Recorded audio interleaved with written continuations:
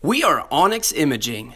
We are the highest rated and most reviewed printer service center in Oklahoma.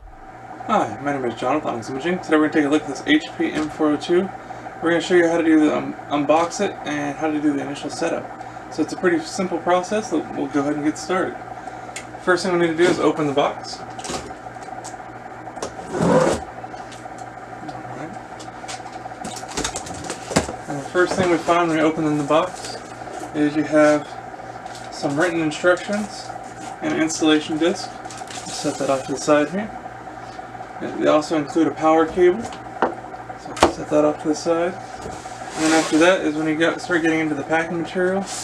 There's a little box and some styrofoam. Pick those up. Now the easiest way to remove a printer this size out of the box is just lean the box over. And then inside there's a bag. Just going to grab a hold of the bag and slide the printer straight up. That way you don't have to lift or try to pull it up or anything. It's just nice and easy. We'll take off this piece of orange tape holding the bag together. And now we can slide the printer out of the bag.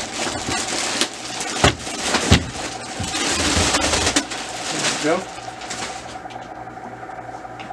Alright, so anytime I unbox a printer, it's always a good idea just to kind of look through and see where packing tape is put on the printer. Sometimes they can put it in a few different places just so that nothing's damaged during shipping. So the first place I'll look is behind the front cover where the toner's kept. And again, check inside, make sure you don't see anything. Make sure there's not a pull strip or anything that's on the cartridge itself. In this case we look good, so we're going to slide that back inside the machine and close that top cover. The next place I'll look is inside the paper tray. So I'll take this paper tray completely out, kind of make sure there's no packing material inside, and while I have it out, I will also adjust the paper tray to the size paper that I'm going to be using, which is 8.5 by 11, just your standard letter paper. So make sure all the indications are set for 8.5 by 11. To move it, you push these little blue tabs and it slides nice and easy to wherever you need to go. Once that's set, we can slide that back into the printer. And the next thing for us to do is to plug it in. So your power cable is going to be located on the rear left side of the printer. Just grab the power cable, go ahead and plug it in. And we'll go ahead and reach over and turn the printer on. Take that out. So we'll give a second for the printer to run through its initialization cycle. Once it goes through that and kind of gets the printer prepped, then we can start going through the setup process. It's usually just a few questions to kind of follow the on-screen prompt. There's nothing difficult about it, and we can go ahead and start getting this printer set up. So already it's asking us what language, so we're going to go ahead and select English. Say OK. It's going to ask you to confirm that. Click yes. It's going to ask you your country of origin or your location. We're going to pick USA.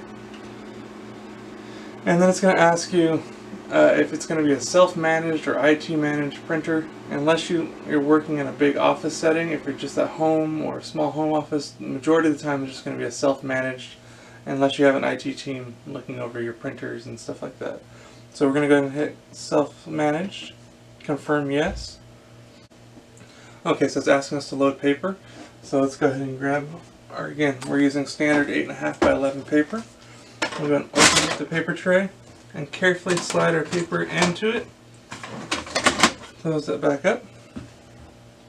It's going to ask you to confirm your paper, that you have your paper size in there if you need to modify anything. In this case we don't, so just go ahead and hit the return button, and that's going to take you to your ready screen. Also, anytime I set up a printer, I like to run a couple test pages before it's even connected to a computer.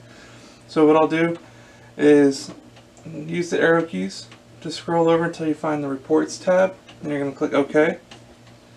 And then I'll run a configuration page, and that's going to give me a lot of specific details about the printer itself.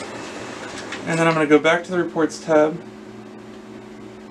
and I'm going to print the supply status sheet.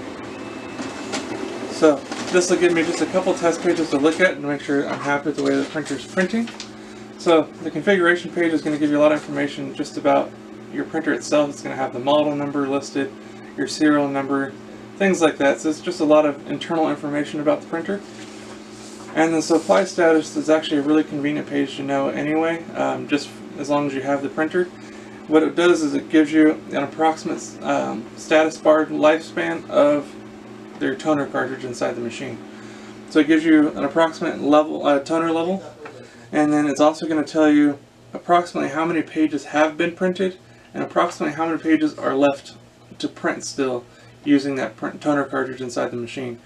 It also gives you, in case you forget, without having to open up the printer, it gives you the cartridge number that you need to replace. So it's a good way to kind of keep track of where you are as far as your toner levels. And if you find yourself needing toner once you get down to the end of this, it's a good reference sheet to have to know what number to look for. Again, it's a number you can pass on to Onyx, so if you're looking for toner, please feel free to give Onyx a call and we'll be happy to provide that for you. As well as if you have any questions or concerns about your M402, give Onyx a call. We'll be happy to help with any kind of questions or concerns you may have. Other than that, you should be good to go and back up printing. Thank you. Thank you for watching. If you're interested in how you can receive free labor on all of your service calls, as well as how to qualify for free printer upgrades, contact us today. We are here for all of your printer and office supply needs.